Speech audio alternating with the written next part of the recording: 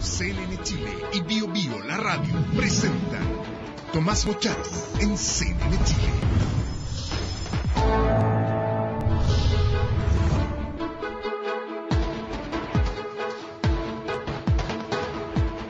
Buenas noches, ¿cómo está? Se cumplen 3 meses del gobierno de Michelle Bachelet, de su segunda presidencia.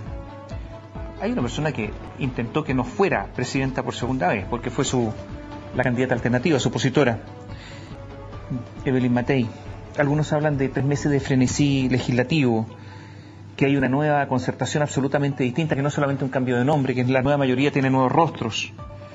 De verdad yo no recuerdo 3 meses de un gobierno tan intenso, con tantos proyectos de ley y tanto ímpetu reformador.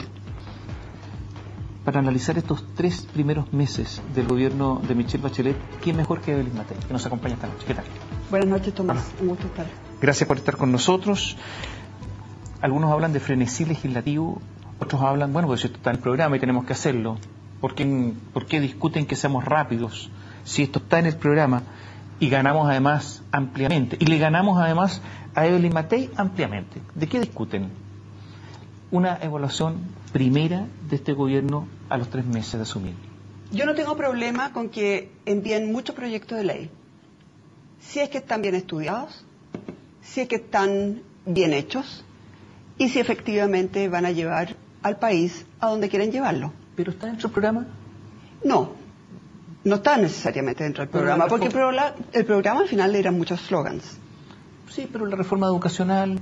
La reforma educacional está, pero por ejemplo, en la reforma tributaria en ninguna parte del programa decía que iban, por ejemplo, a implementar esta locura de la renta atribuida. No está en el programa. Pero decían que eliminaban el FUT. Y que eliminaban el FUT, sí, y también siempre señalamos que iba a tener problemas eliminar el FUT. Exactamente los problemas que han tratado de resolver con esta locura de la renta atribuida. Porque estos proyectos de ley, tanto lo más importante, ¿no? El proyecto de ley de reforma tributaria y el de reforma educacional, la verdad es que son proyectos improvisados, mal hechos, que no llevan al país a lo que se quiere llevar y que además van a provocar un tremendo daño, en un caso a las pymes y siempre a la clase media.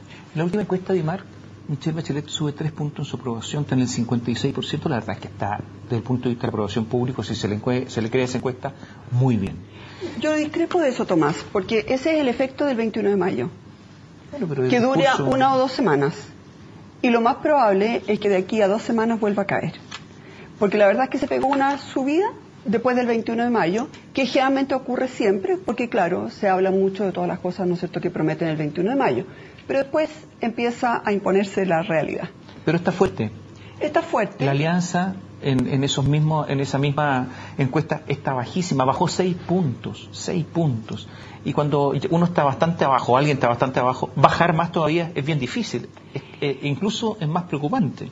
Yo lo que quiero señalar es que, en primer lugar, yo de verdad no creo que la popularidad de la presidenta se mantenga alta, porque está empezando ya a notarse un fenómeno que es el de la cesantía. Y en general la cesantía es algo que no ayuda a mejorar la popularidad del presidente de turno. Y la cesantía está empezando a verificarse, a notarse, y en los próximos meses se va a notar mucho más. En segundo lugar, ha habido un cambio en el liderazgo de la alianza. Tanto en la UDI como en Renovación Nacional hay caras nuevas. Todavía no conocemos el efecto de aquello. Son caras relativamente nuevas, menos conocidas, se van a demorar algún tiempo en asentarse, pero yo creo que finalmente le van a hacer mucho bien a nuestro sector. Por lo tanto, más que mirar la foto de hoy día, yo estoy mirando a 6 meses, a 1 año plazo, y yo creo que las cosas se van a revertir. En estos 6 meses, 1 año plazo, se van a aprobar todas las leyes. No me cabe duda. Se va a aprobar la reforma tributaria, se va a aprobar la reforma electoral, se va a aprobar la reforma educacional, puedo seguir. No me cabe ninguna duda que se va a aprobar todo. Se va a aprobar mal. Probablemente vamos a seguir viendo el mismo espectáculo lamentable de la Cámara de Diputados, donde las cosas se aprueban en un par de semanas sin siquiera darse cuenta de los tremendos problemas que tienen.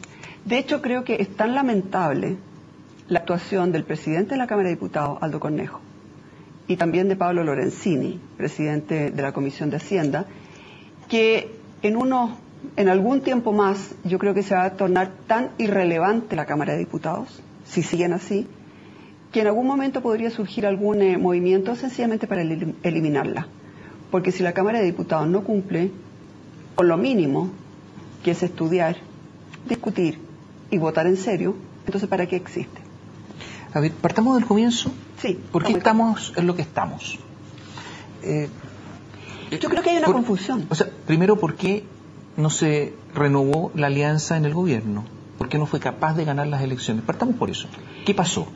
Yo creo que ahí hubo un cortocircuito entre Carlos Larraín y Sebastián Piñera que fue irreparable. Cortocircuito al que después se adicionó Manuel José Osandón y Andrés Alamanda. Y hicieron realmente una convivencia sumamente difícil. En segundo lugar, y por lo tanto teníamos un problema interno innegable en la alianza. En segundo lugar, se tomaron decisiones absolutamente estúpidas, como por ejemplo no permitir que Carlos Cantero fuera candidato a senador por la segunda región. ¿Quién lo impidió? Lo impidió Carlos Larraín.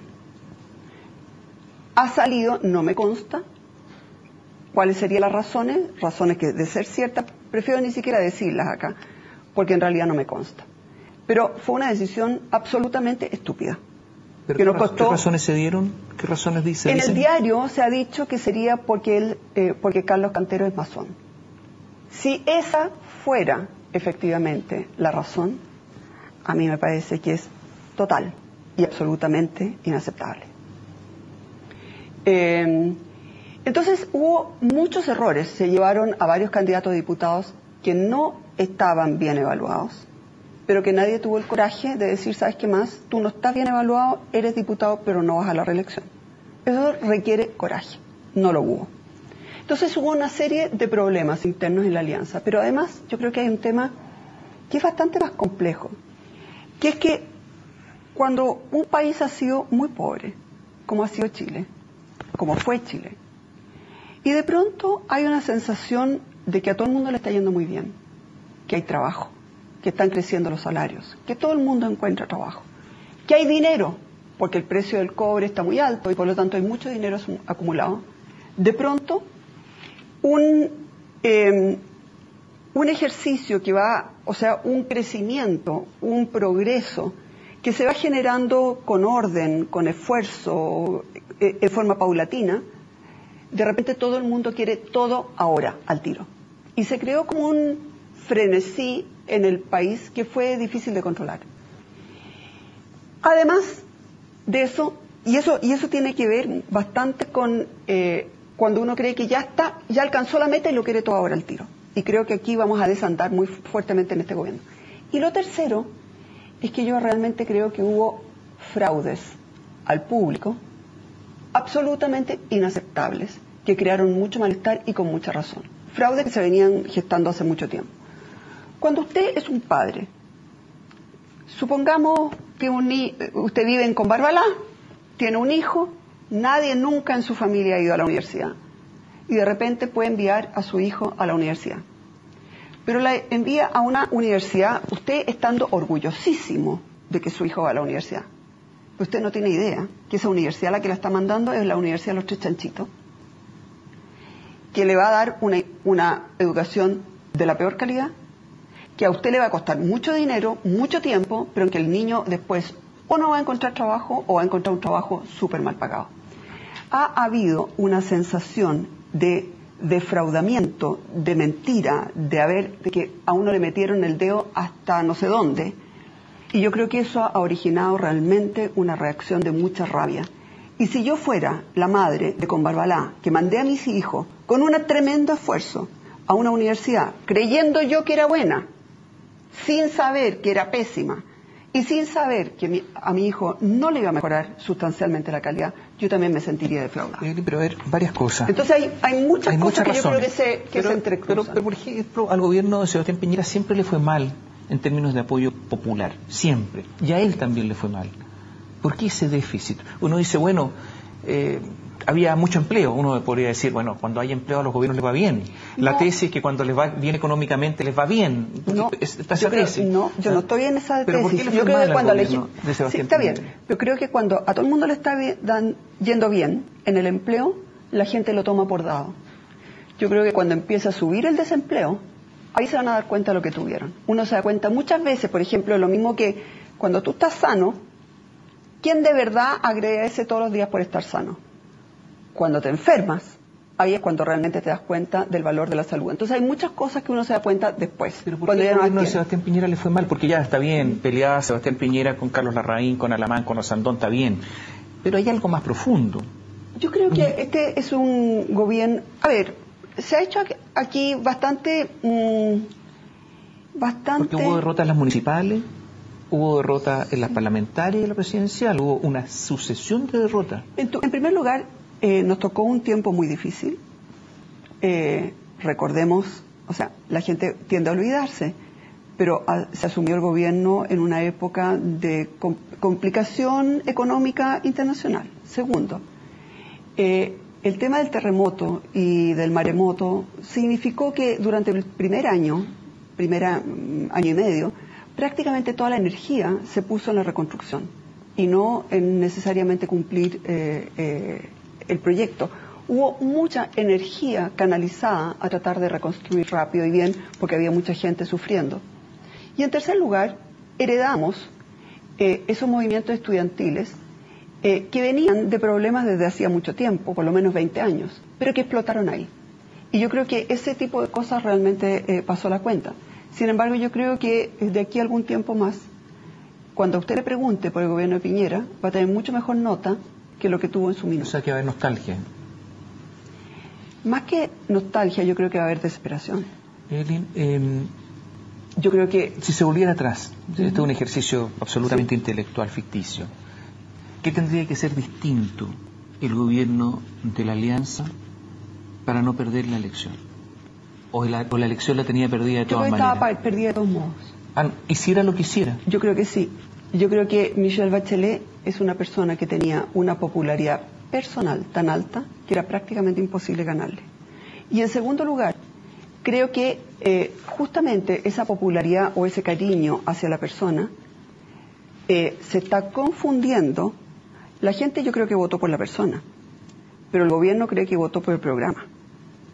Y aquí entonces se está produciendo una diferencia en que la concertación está tratando de llevar a cabo su programa, lo que ella anunció, pero yo creo que en realidad nadie escuchó mucho lo que ella anunció, salvo el bono. Y por lo tanto, en la medida que empiezan a mandar los proyectos de ley que prometieron y que nadie escuchó ni entendió mucho, la popularidad de ella va a ir bajando. Pero de todas maneras, volviendo atrás, sí. Errores del gobierno de Sebastián Piñera, ¿cuáles fueron? Muchos, pero ¿cuáles? Yo lo veo probablemente al principio muy fuertemente problema comunicacional. ¿Comunicacional? Sí. Pero todos los gobiernos dicen que tienen problemas comunicacionales. No, sí está bien, y en general la mayoría de los gobiernos lo tienen, pero uno nota que había un equipo mucho más afiatado a final del gobierno que al principio del gobierno. O sea, eso yo creo que es innegable. O sea, faltó política al final del día. Faltó política, obviamente que faltó política. Exactamente. Pero Sebastián Piñera nunca creyó mucho en la política. O sea, yo tengo la sensación que el primer gabinete fue su expresión. Yo también creo que él no creyó mucho en la política. Y de hecho, cuando uno ve el gobierno en las cosas que hizo, es sumamente exitoso, pero en ese aspecto de la política, y que tiene en realidad dos cosas. Uno que es articular, que es planificar, que es ver hacia dónde vamos, y que también es comunicar. Yo creo que en eso efectivamente hubo fallo. Desactivó los debates ideológicos. Eso de estar haciendo cosas todo el día, pero sí, pero llega el momento hay que detenerse, hay que pensar, hay que conversar. El debate ideológico, yo creo que la derecha en general supone que lo tiene. Pero no lo tiene. Y yo creo que no lo tiene. El debate ideológico en la derecha yo creo que está anclado mucho mirando hacia el pasado. Y nosotros tenemos en general poca gente que mire hacia el futuro, pero desde el lado de vista humanista. Yo creo que en la derecha nosotros tenemos un exceso de economistas y una falta de sociólogos, de políticos. ¿Será porque lo desprecian? Yo creo que claramente no hay una valoración suficiente de lo que es el pensar, de lo que es el imaginar cuál es la sociedad, no solamente la economía que queremos, sino la sociedad que queremos. Cuando tú dices, tenemos, por ejemplo, problemas de inequidad, ok, ¿cuál es nuestro modelo? ¿Cuál es nuestro modelo para enfrentar esa inequidad? Que claramente es distinto que el de la izquierda. Pero yo creo que eso ni se piensa suficiente, ni se articula suficiente, ni tampoco se transmite. Es evidente que en la última elección la derecha perdió muchos votos en clase media. Sí. Muchos. Bueno, pero la clase media debiera votar en una proporción aceptable por la derecha. ¿Por qué no? Yo creo que va a votar en el futuro. Pero no le creyeron en esta oportunidad. ¿Habrá sido por...? Yo creo que tiene mucho que ver en el caso de la clase media con dos cosas. Uno, seguridad ciudadana. Donde había habido... No fracasó. Mejoraron sustancialmente las cifras. Sin embargo... Pero no en lo prometido. No en lo prometido. Exactamente. Bueno, entonces el drama es que la gente esperaba... O sea, se hicieron muchas cosas buenas. Esas cosas buenas empezaron a resultar, pero faltó tiempo y faltaron probablemente recursos como para llegar a las metas que la gente esperaba. Ese fue uno. Sí. Y el segundo tema, yo diría, fue esta rabia por el tema educacional y sobre todo sobre el tema universitario. Que a ti te consta, Tomás, yo estaba preocupada hace ¿cuánto? 6 años atrás. Yo siento que realmente en el tema de las universidades ha habido un fraude hacia la clase media totalmente inaceptable. La gente terminó muy endeudada, con sus ilusiones absolutamente pisoteadas, con una frustración hacia el sistema y una desconfianza al sistema bastante irrecuperable. Así que yo creo que esas dos cosas, el tema de las universidades, que en realidad no es culpa de este gobierno, no fue culpa de Piñera, pero sí fue una culpa de todo el sistema político, pero le tocó al gobierno de Piñera. Eso, junto con el tema de la seguridad ciudadana, probablemente, y el tema, ¿no es cierto?, de la articulación política, fueron los temas más débiles. Pero tuvo temas... Lo que se llamó letras chicas, cuando se hacían grandes anuncios, pero después había precisiones. Yo me acuerdo, el bono bodas de oro. Pero claro, pero después había gente que estaba excluida, pero estaban estos grandes anuncios, personas que sentían que estaban en el sistema. No habían grandes exclusiones en el bono bodas de oro, al contrario. Pero no tuvimos que hacer cargo de gente que había cumplido 50 años hace 4, 5, 6, 7 años atrás, que no era la idea. Yo más bien creo que el tema de la letra chica fue algo que instaló la concertación. Y yo siento que en general se cumplió con lo que... No había demasiado slogan de repente, tirarla, y después había la precisión, porque las cosas hay que después precisarlas, bajarlas, y ese eslogan titular, no correspondía exactamente a la realidad. Cuando, por ejemplo, ahora se dice que esta reforma tributaria va a recaudar 8.000 millones de dólares, es un slogan absolutamente mentiroso. Porque lo que nadie está diciéndole al público es que producto de esta reforma tributaria, el crecimiento de Chile, producto de la reforma tributaria y también de una desaceleración de China, etcétera, va a bajar más o menos de 5% que crecíamos a un 3%. En 4 años, esa baja son 12.000 millones de dólares, menos. 12.000 millones de dólares. Y eso no se lo está diciendo nadie a los chilenos. Y yo creo que en ese sentido a nosotros nos hace falta ese proceso que la concertación hizo casi de demolición con el gobierno de Piñera. Y yo creo que nosotros estamos siendo demasiado blandos con el gobierno de Bachelet, porque yo creo que el gobierno de Bachelet va a llevar a muchos problemas y muy serios. Y creo que a la gente le va a ir muy mal. Por eso que yo creo que aquí hay también un accionar político que fue de muy mala fe, que fue muy bajo, que fue muy mentiroso incluso por parte de la concertación, y que nosotros no estamos haciendo suficiente con este gobierno. Evelyn, no hay aquí, en realidad, más allá, sí, está bien, de los problemas del gobierno de Sebastián Piñera, de las... Pero yo quisiera destacar los logros del gobierno de Sebastián Piñera, que tuvo logros enormes, y que yo creo que en la medida que pase el tiempo y se compare con este gobierno, van a crecer. Pero más allá de los problemas que tuvo internamente con Sí. problemas políticos, ¿no hay acá en realidad algo más profundo que es una derrota cultural?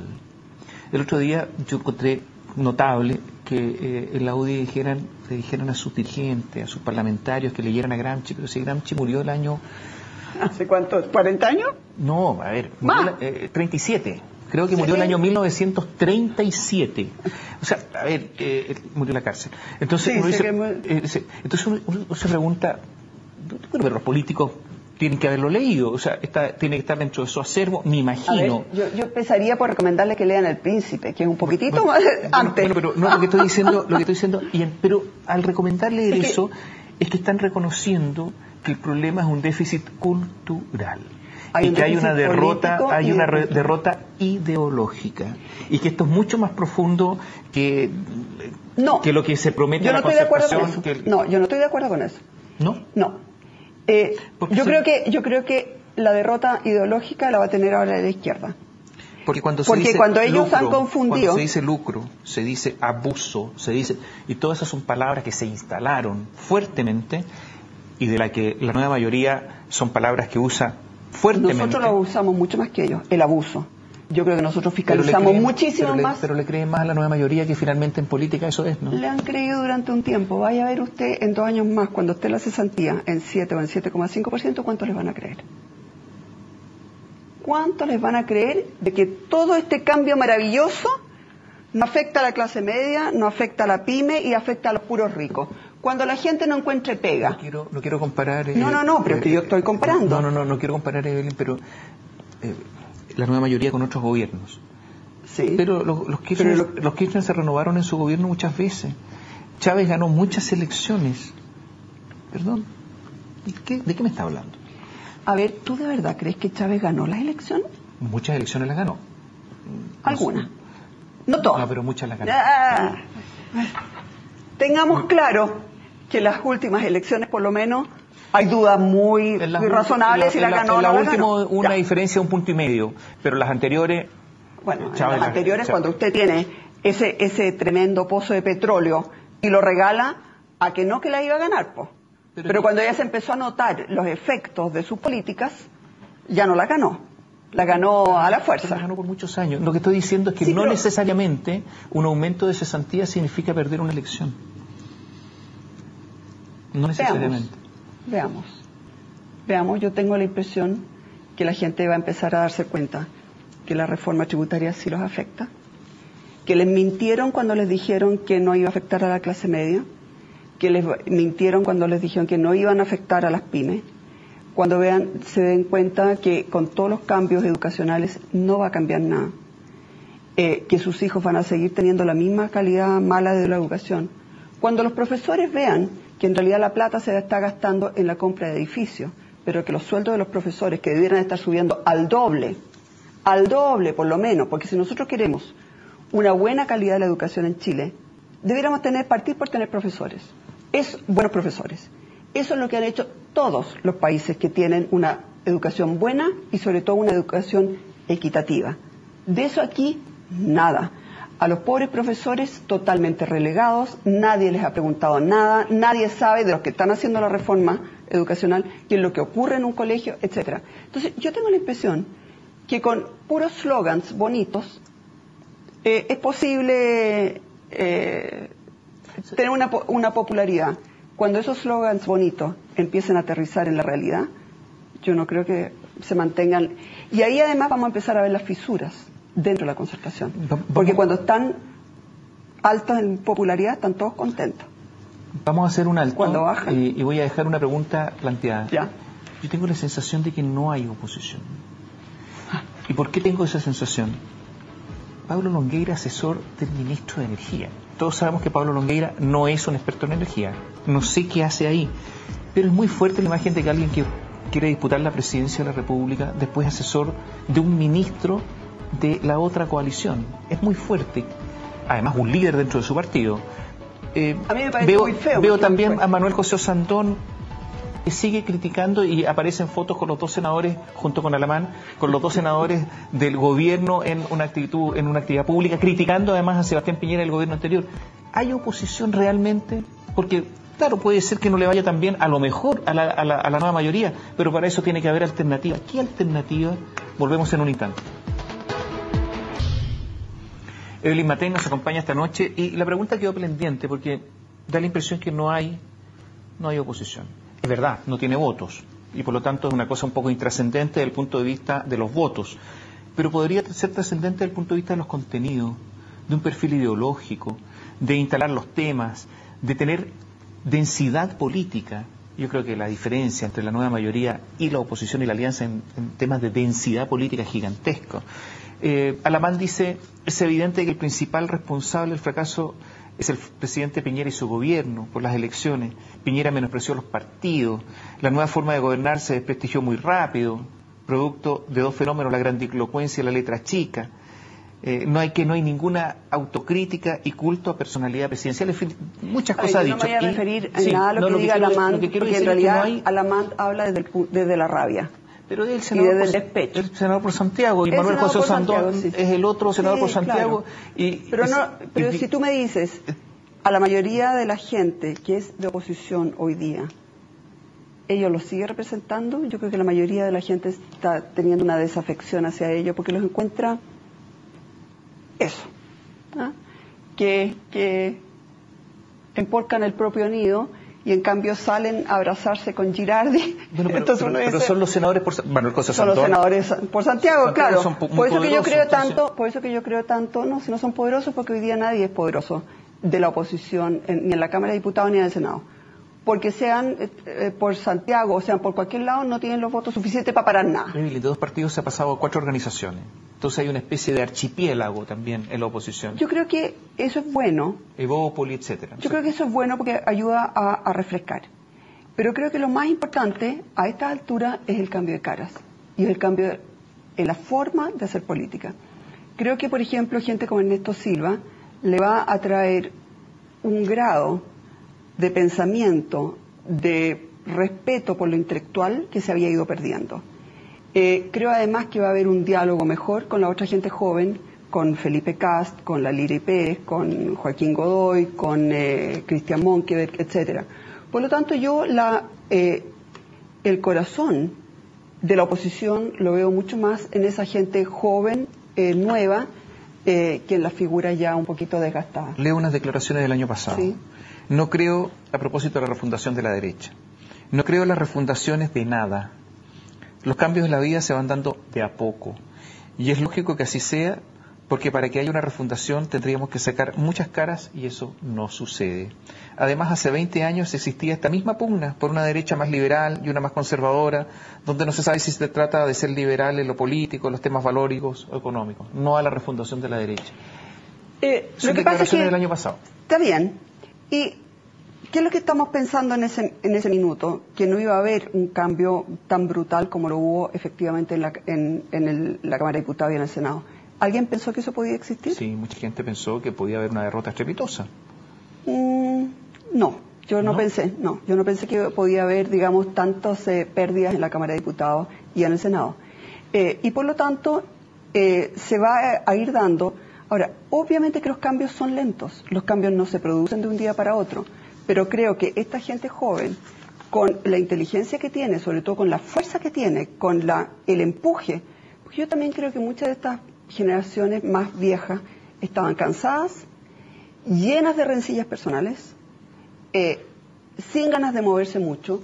Yo en cambio ahora empiezo a ver nuevamente por lo menos una UDI y también veo a la gente de Amplitud súper desplegada territorialmente, que ya es la primera señal de que están empezando a revivir. Porque además yo creo que la oposición hoy día pierde el tiempo discutiendo en la Cámara de Diputados y en el Senado. No va a cambiar nada. No va a cambiar nada. Pero no debieran discutir, por ejemplo, la reforma tributaria. Sí, claro que la van a discutir. Están discutiendo, de hecho. En la Cámara de Diputados no se discutió nada de nada, ¿no es cierto? En el Senado. No. Pero... En el Senado la van a discutir y qué sé yo. Pero finalmente no van a ser ellos los que den los votos para que se cambien las cosas. Por eso que yo creo que en esta etapa lo que tiene que hacer la derecha, nuestro sector, la alianza, es básicamente desplegarse en el terreno. Ir a contarle a la gente, a las organizaciones intermedias, qué es lo que está sucediendo, qué les va a pasar a ellos, qué es lo que pasa con la cesantía, qué es lo que pasa con el crecimiento, qué pasa con las pymes, qué pasa con los profesores, qué pasa con la educación, qué es lo que pasa con los apoderados, etcétera. Creo que es ahí básicamente donde tiene que poner su fuerza. Hablemos de la reforma tributaria. Sí. Pero uno mira esto y dice, bueno, puede ser que el Estado necesite más recursos, sí, efectivamente. Claro. Algunos dicen, bueno, pero tiene el país muy desigual, que los que ganen más, paguen más. Efectivamente, un tema no solamente de disponibilidad de recursos, sino que también un problema ético. De ética, claro, de equidad. Hay que eliminar el FUT. Claro, hay algunos que dicen, bueno, mire, si el FUT se creó, pero no para irse a Colombia con el FUT, como lo hicieron muchos empresarios. No es la idea, no responde al espíritu. Y hay que eliminarlo. ¿Por qué no? Porque teóricamente es para invertir en Chile, para trabajar en Chile, teóricamente. No necesariamente. O sea, lo que nosotros vamos a permitir es que los extranjeros vengan a invertir en Chile, pero los chilenos no pueden invertir en el extranjero, porque muchas veces, para que tu empresa sobreviva y sea más fuerte, tú necesitas invertir en Colombia. Y otras veces no. Entonces, pero claro, no pagar los impuestos, si pagar los impuestos en Chile para invertir en otro país y pagar los impuestos en otro país, es que se está subsidiando la economía de otro país. Bueno, no es así. No es así porque han pagado los impuestos que corresponden, los impuestos de las utilidades, el 20%, lo han pagado, y en realidad lo que no están... son impuestos personales. Son impuestos de las personas. Así que yo no comparto esa visión. Son las críticas que se hacen. Está bien. Y subir los impuestos del 20 al 25%, etcétera, etcétera. No es del 20 al 25, es del 20 al 35. Yo quiero ser súper clara. Las definiciones de la OCDE califican como impuesto a las empresas lo que las empresas retienen. Y aquí van a retener 35%. Eso es así. Eso es así. Hasta al 35%. Y quiero decir que mientras Hollande, el presidente francés, que llegó al poder prometiendo alzas de impuestos estrambóticos, él hoy día está bajando los impuestos a las empresas en Francia. Llegó al 70%. Sí, a las personas. Sí, al 70%. Al 70%, no. Sí. Pero el de las empresas, el impuesto a las empresas, Hollande lo está bajando en este minuto en Francia. Y nosotros subiendo. Vamos a ser, creo que, el segundo país de la OCDE con mayores impuestos a las empresas. Y queremos que después vengan a invertir en Chile. Pero en otros países pagan el 35%. No. 35%. Dígame, no, perdónenme, vamos a ser el segundo país más caro para las empresas. En Colombia no está en la OCDE. No, pero en Colombia, ¿cuánto se paga? Sí que se paga, po. ¿Cómo sí que se paga? En muchos países, tú tienes una tasa de impuestos, pero anda a ver la recaudación. No es el caso de Colombia. Pero no es cosa... Eso por evasión. Claro, pues.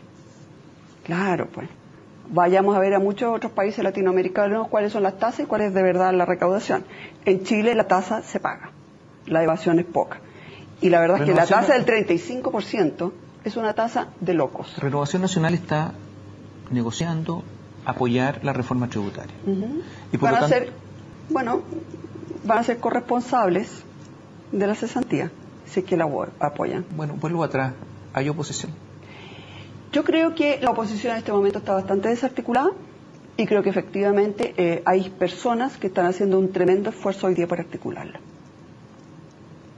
¿Y está desarticulada? Yo creo que claramente durante mucho tiempo está como estuvieron... ¿Está o no? ¿Cómo? Está como hilachenta. Estaban en elecciones internas.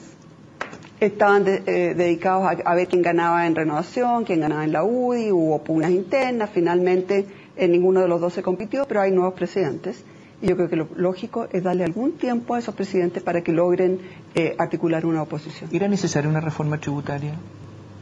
A lo mejor no esta, otra. Yo era de la idea de otra forma de conseguir el dinero. Yo era de la idea que Chile tiene en este momento tan poca deuda, el sector público. A ver, yo creo profundamente que Chile necesita mucho mayor equidad y mejor nivel de vida, sobre todo la clase media emergente. Y eso requiere dinero. En eso estamos de acuerdo. ¿Cómo consigues tú mejor calidad de vida? Primero, manteniendo efectivamente el empleo lo más posible a tope y el crecimiento a tope. Si eso se te va para abajo, eventualmente vas a terminar con mayor inequidad que la que empezaste. Se puede demorar, pero hacia allá vas. Y obviamente que tú necesitas también una calidad de la educación mucho más pareja entre aquellos que pueden pagar y los que no pueden pagar. Ojalá pareja absoluta. Y eso requiere dinero.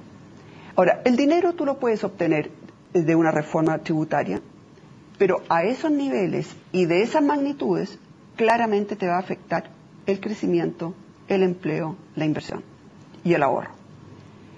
También lo puedes obtener por la vía de endeudarte más. Y fíjate que por la vía de endeudarte más, el Estado consigue plata en este momento muy barata, porque tienes grandes depósitos afuera, por lo tanto tienes garantías, pero sobre todo no frenas el crecimiento y no friegas a la gente que pierde el empleo, como va a pasar ahora. Entonces, al final, y todo esto se podía hacer sin siquiera aumentar la razón deuda-PIB. La razón deuda-PIB se mantenía, pero si para eso necesitas seguir creciendo. En este momento, fíjate, el efecto del menor crecimiento en estos 4 años van a ser como 6.000 millones de dólares perdidos. Recaudación perdida por menor crecimiento. No hay un problema de que en Chile, vuelvo a hablar, porque todo esto tiene que tener un trasfondo también ético o ideológico, denle el nombre que quieran. Ético. En Chile se beneficia el mundo financiero y no el mundo del trabajo. Que hay todo un problema en nuestra economía. Perdón, eso no es en Chile, eso es en todo el mundo. Bueno, pero yo hablo de Chile. Está bien, lo que pasa es que Chile no puede ser una isla. Sí, en un sistema que está mal. Hay un problema con los sistemas financieros que están mal concebidos. Es que está la ética del trabajo. Y resulta que a la gente que trabaja en Chile le sacan la mugre. A la gente que se dedica al mundo financiero los benefician. Y eso en materia tributaria, eso en materia, en todo tipo de cosas. Entonces, bueno, y resulta que la gente se siente y ahora va a ser peor. Explotada. Sí, pero vamos lo que claro. Estoy diciendo es que hoy día la gente va a tener que ir más a endeudarse. Lo que estoy diciendo es que este sistema tiene una cantidad de deformaciones gigantescas que se han ido acumulando en los años, donde yo diría que la clase política no hizo la pega, no hizo el trabajo. Y naturalmente que estamos en esto, obviamente. ¿Cómo es posible que el trabajo sea tan castigado en el país? ¿Quién hizo? A ver. Cuando uno empieza a mirar cómo mejoraron los sueldos, no, cuando yo empiezo, ¿cómo mejoraron las calidades? No estoy hablando de eso. Cuando empiezo a mirar qué pasó con la industria, Evelyn, qué pasó con las empresas, qué pasó con la gente que daba trabajo y por lo tanto había trabajo productivo. Perdón, pero el trabajo que nosotros creamos durante los 4 años no era trabajo no productivo. La contribución de la industria, estoy refiriendo a la industria. Ahora acaba de caer. No viene cayendo en los últimos 4 años. Tú me estás hablando de la metalurgia. Toda la industria. No toda la industria, porque está la minería porque tenía precios altos. Pero también está todo lo que es la parte eléctrica, toda la parte la inversión en infraestructura. Lo que han caído las industrias en las regiones, salvo la minería. Es impresionante. Entonces, claro... Perdón, Tomás, pero eso... A ver, yo creo que hay un problema muy grave con la empresa mediana y la pequeña, pero no con la industria en general. O sea, cuando uno mira el desarrollo de Chile, el desarrollo que se ha producido no podría haber sido si todo el mundo estuviera retrocediendo. Lo que sí creo... en base a consumo. Pues la inversión aumentó. No, pues la inversión aumentó de una manera. No solamente minera. No, en todos los sectores. Había una inversión enorme. Lo que sí creo, y en eso estamos de acuerdo. ¿Qué fabricamos nosotros, de verdad? ¿Qué hacemos? ¿Qué producimos? ¿Tú crees que todo lo que es el campo no es producción? ¿Tú crees que todo lo que es la industria forestal no es producción? ¿Tú crees que el papel no es producción? ¿Tú crees que la pesca no es producción? La pesca está en el suelo. Perdón, ¿has visto cómo están los salmones hoy día? Recién recuperando, sí, y tienen muchos problemas, y con la ayuda del Estado además. Perdón, pero metió mucha plata, pero... Yo creo, Tomás, yo creo que nosotros no podemos desconocer el tremendo crecimiento que ha tenido Chile durante los 20-30 años. Lo que sí hay un problema, con 2 cosas. Uno, la pequeña y la mediana industria, que realmente ha ido perdiendo competitividad a una tasa inaceptable, y son cada vez menos. Y además, esa pequeña y mediana industria es generalmente la que está en las regiones, y son las que más han ido complicándose. Pero van a estar peor ahora. ¿Qué responsabilidad tienen los empresarios de la situación que vive el país? No, pues, la responsabilidad es primero de los que dan las reglas de juego, los que ponen las reglas de juego. Y segundo, los que no fiscalizan. Ahora, obviamente que hay una responsabilidad ética también de hacer bien las cosas. O sea, cuando hay alguien que hace leso, por ejemplo, caso La Polar, el daño a todos los empresarios, a la empresa, al concepto de economía social de mercado, el daño es brutal. Pero yo escuché mucho a los empresarios pedir autorregulación. Lo escuchamos todo. Yo nunca he creído en la autorregulación, jamás. Yo soy de las que fiscalizan fuerte. ¿Qué responsabilidad tienen los empresarios lo que se vive? Los empresarios, hay de todo, pues, Tomás. No. Hay gente maravillosa y hay otra gente que hace muy mal las cosas. Pero veámoslos todos. ¿Cómo? Veamos, hay de todo. Veamos estos distintos casos, estos distintos todos. Cuando la gente se queda callada frente a sus colegas que hacen cosas indebidas, cuando los toleran. Perdón, ¿y cuando el Estado se queda callado? No, pero estoy hablando de los empresarios. Podemos hablar del Estado también. Pues, perdónenme. A ver, ojalá los empresarios hablaran. Pero yo también te quiero decir, ¿y qué hizo el Estado durante 20 años cuando vio que la Universidad de los Tres Chanchitos estaba sacando a personas que no tenían idea y que no merecían el título? ¿Qué hizo el Estado?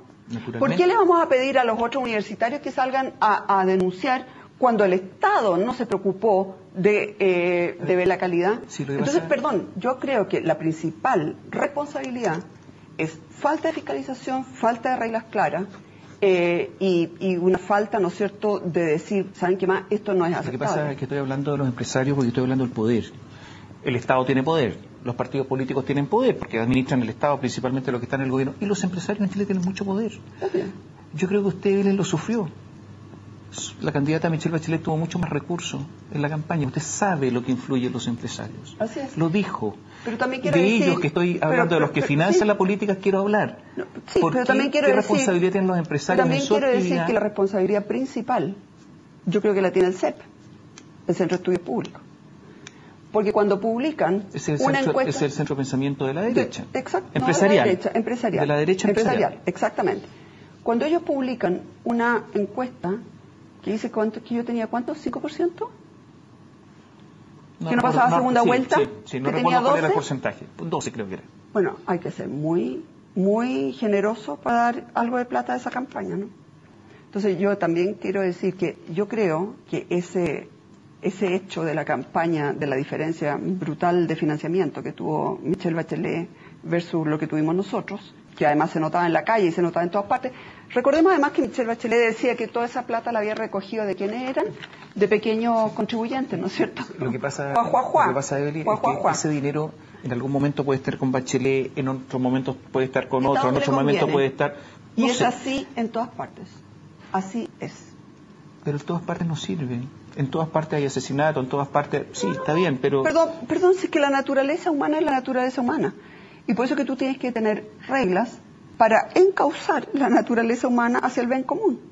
Y si esas reglas tú no las tienes, y si esas reglas tú después además no las obligas a que se cumplan mediante una buena fiscalización y un proceso de sanciones, o sea, tú no le pidas a la naturaleza humana que actúe como si todos fueran Jesucristo, porque no son todos Jesucristo. Pero hay empresarios que son pocos los grandes, que tienen un poder enorme hoy en Chile, para financiar, para comprar, para el lobby.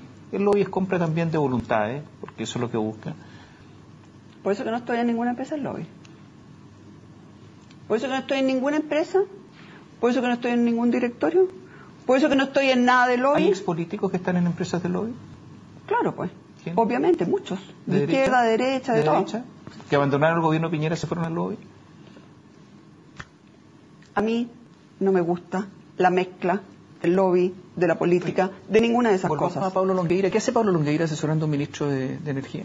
A mí me llamó poderosamente la atención. Efectivamente creo que no lo consultó con nadie, no le preguntó a nadie y yo creo que a mucha gente no le cayó bien. ¿Qué tipo de asesoría puede ser eso? A ver, yo creo que la asesoría, Pablo, fue la persona que ayudó a sacar los proyectos de ley de energía cuando él era ministro de Economía. Efectivamente se involucró muchísimo personalmente y lo sacó adelante, y lo hizo bien. Pero de ahí a asesorar al ministro de Energía, bueno, cada uno sabe lo que hace, pero a mí me parece raro. ¿Qué tipo de asesoría es? Porque él no es técnico en eso. ¿Es una asesoría política? No, sí sabe bastante. Sí, no, pero no es un especialista, no lo es. A ver, fue el que sacó los proyectos de energía adelante. Pero en una actividad política. No sé qué tipo de asesoría es, no he hablado con él. Pero ¿Es para convencer a parlamentarios de la oposición? No. ¿No? No sé. No sé, nadie sabe realmente lo que hablaron, yo no tengo una versión, pero es raro. Estamos terminando. No puedo dejar de preguntar si es bueno terminar con el financiamiento compartido como lo propone Nicolás Izaguirre. Leí declaraciones que Evelyn era contraria al financiamiento compartido.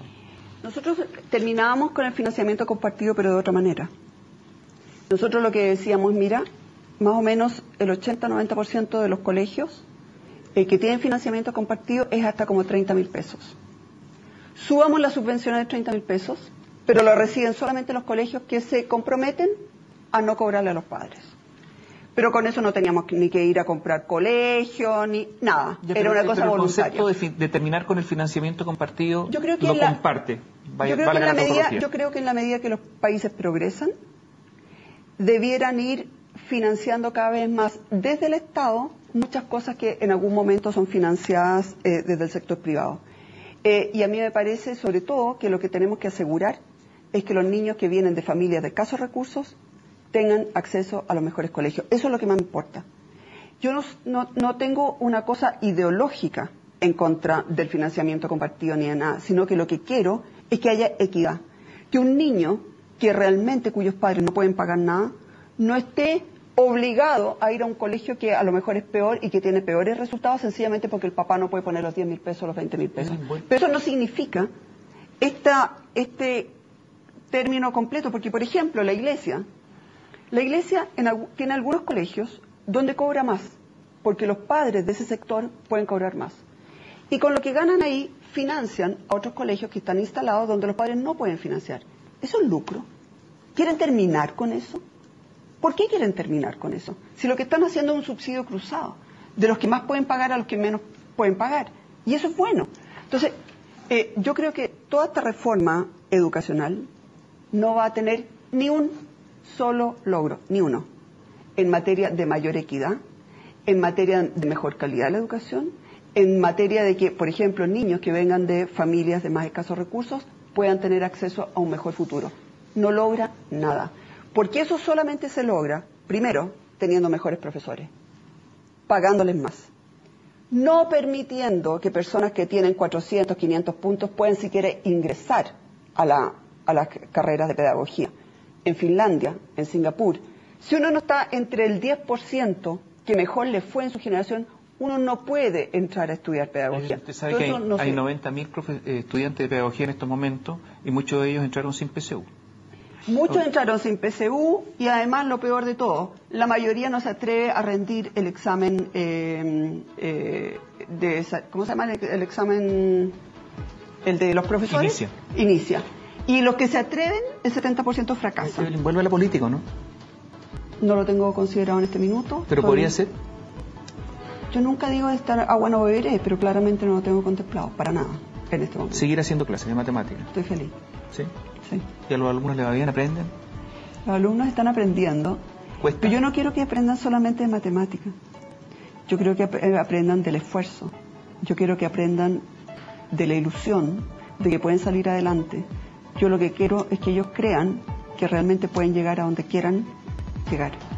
Con esfuerzo, con tesón, pero también con oportunidad. Gracias. Gracias por estar con nosotros. Evelyn Matei fue candidata presidencial en un análisis de estos 3 primeros meses del gobierno de Michelle Bachelet. Buenas noches, gracias.